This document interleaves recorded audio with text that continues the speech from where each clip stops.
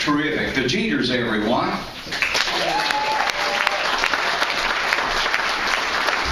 They'll be joining us again a little later on in the program. Up next is a piece we wait for every month from our junior writing team. Please welcome Ashley and Amanda with the Backyard Garden Report. Thank you, Leon.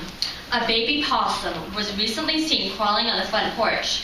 Because they have such bad eyesight, he couldn't see us through the window, but we could see him.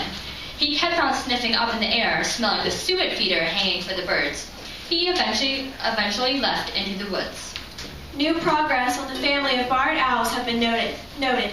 I encountered them at the bus stop early one morning and was even able to capture their calls. Lately, they have been feeding on an orchestra of crickets that reside under the trees. One baby has been spotted, but if they have any other siblings, I have no way of knowing because barred owl mamas are territorial. If you ever encounter a nest of these rather anxious owls, be sure to keep your distance or you'll be at risk of getting attacked. And recently, a family of hungry raccoons appeared on the back porch. The 4 large furry animals were enjoying the cat food that was left uneaten, but they have abandoned that now that our 19-year-old cat, Boo, recently passed away, and we are no longer setting out cat food for her. Now they just eat the bird feed. As the months continue on, nature never stops persisting with its cycle of change. October brings the bloody massacre of leaves. The bloody massacre of leaves is a slow yet triumphant battle that continues on until December. Leaves bravely fight against the change, but their persistence is pointless. They are doomed to turn blood red, gut orange, and well, I won't go into detail about the shades of brown. In other words, the leaves are changing colors, folks, and we're in the best place anyone could possibly be during October, the mountains. Be sure to snap a few pictures of this magnificent color change and take a stroll outside to view the beautiful shades of the leaves. That's it for this month's Backyard Garden Report. What's going on in your backyard? Probably more than you think. This is Ashley and Amanda. Thanks for tuning in.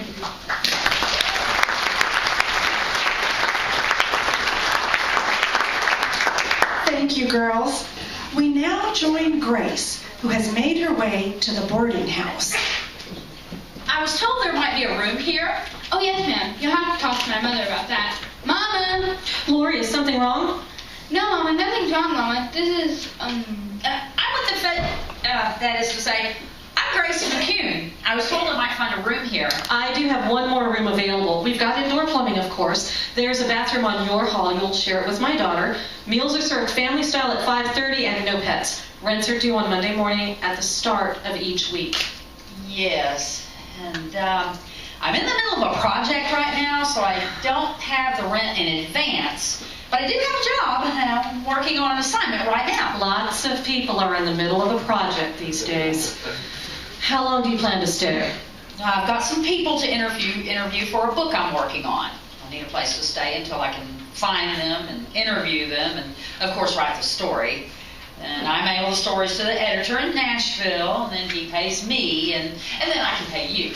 Okay. Well, now you've got me curious, though. Who exactly is it that you've been assigned to interview? Oh, I have a list. There are quite a few names. Miss Margaret Wright is at the top. Margaret Wright? Yes. Do you know her? Oh, goodness. No. Let me see this list. Oh, these folks are much better. I know him, and I know her daddy. Oh, this one's Dad. And this one is up the road. Oh, I can point you in her direction. Better yet, get up early and catch a ride with the milkman. She's on his route.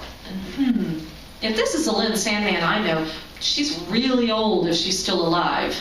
Yes, she might be able to share about the old days and Reconstruction and things like that. She was sick last I heard, so I'm hoping to get her story before in any case. Yes, I bet she's full of stories, but mostly about family. These are just ordinary folks. Oh, it's a book about what ordinary life was like back in the old days. I want to see what they remember about when the country came together again and about all the changes. Well, I wish you luck, but I don't know anyone who'd want to hear about that. Oh, I'm sorry. It's been a long day. Oh, of course. Second room down the hall. No keys. We never lock our doors. Sleep well. Stan, the milkman, woke up to begin his day. There's late at night and early in the morning, and to most people, his early morning is their late night. Doesn't do much for his social calendar, But then again, he didn't have anyone to be social with. Nobody keeps a milkman's hours.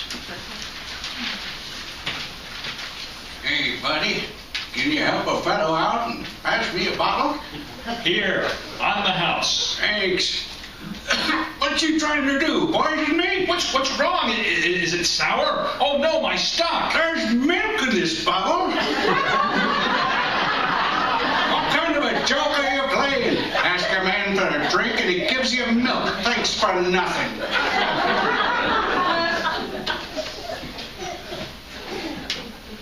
Morning, Stan. Got that extra buttermilk I asked for? I'm doing fried chicken on Sunday, you know. Got it here. You're out here early. Well, I wanted to catch you. A person staying here wants to talk to some people on your route. Can you give her a lift? Yeah. I've got a heavy load today. Tell her she can ride along if she meets me by the time I get to the end of that road. Tell her 7 minutes flat. Not a second more. The milk can't wait. Oh, good morning. I'm afraid I slept a little longer than I expected. That room is so comfortable. It'll take me just about 10 minutes to get ready. Stan said he can't wait a second more than 7 minutes. 7, 10, close enough. He said you can meet him at the end of the street, way over there. I'll try to hurry, but my typewriter is the only thing that'll slow me down. It weighs a ton. I'll come back and pick you up. That's no problem. Thanks. I'll be right back. I thought you couldn't wait. I sure can't.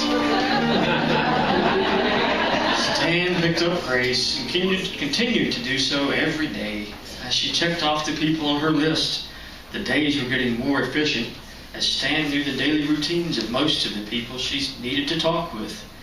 He'd take her by the early risers first, and then to the folks who woke later. Well, Grace, how was this last stop? Spooky. Is it because it's October that I'm hearing all these legends? Well, I wish I could say yes, but we do have a lot of strange things around here. Why? Listen to this from 3 sisters remembering their younger days. We grew up in a house up on Cherokee, 2 doors down from where our grandmother lived. A lot of weekends we would get to spend the night over there. The room opposite where we slept has an old porcelain doll collection. Some were hers and some of them will even have mothers, which would be my great-grandmother. She likes to take them out and show them off for us. Look at this one. Isn't her dress pretty? Yes, Grandma. Is that real silk? It certainly is. And look at the little hand-sewn leather shoes on this one. I always thought she was special because I wore shoes and a dress just like it. And look at this one, the detail on the face.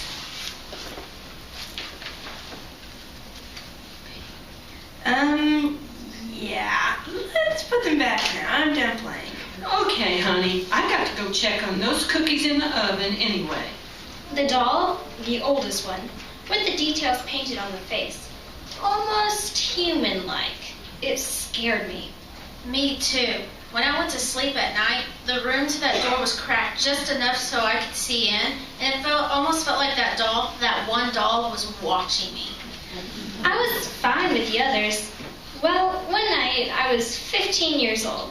I spent the night with Grandma, and there was a wicked storm outside. Huge fighting, and there was a tornado that night. I think it hit Greenville.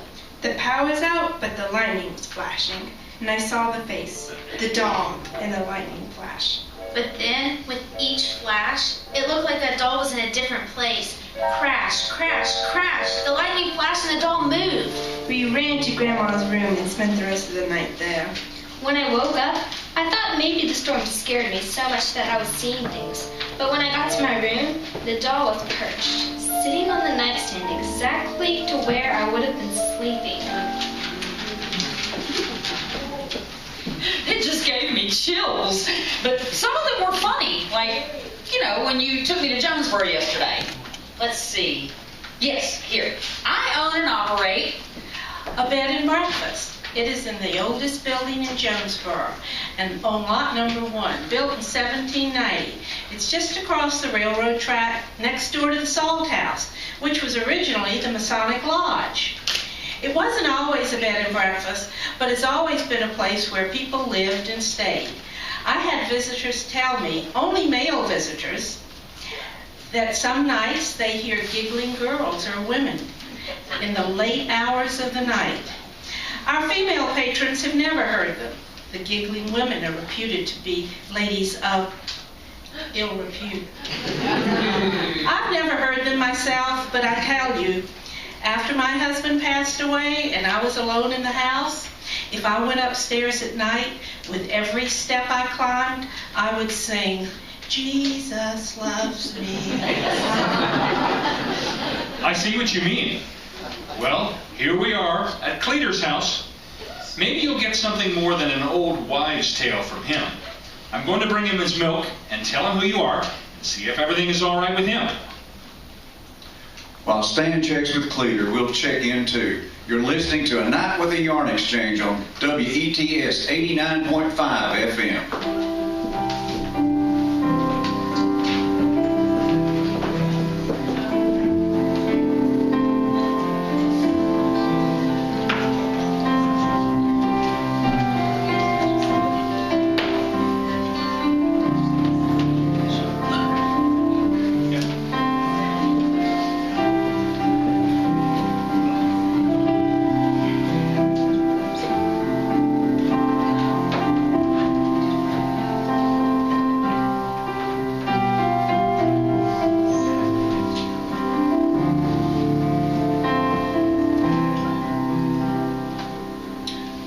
We're back along with the Jeters. Please help me welcome them to the stage one more time.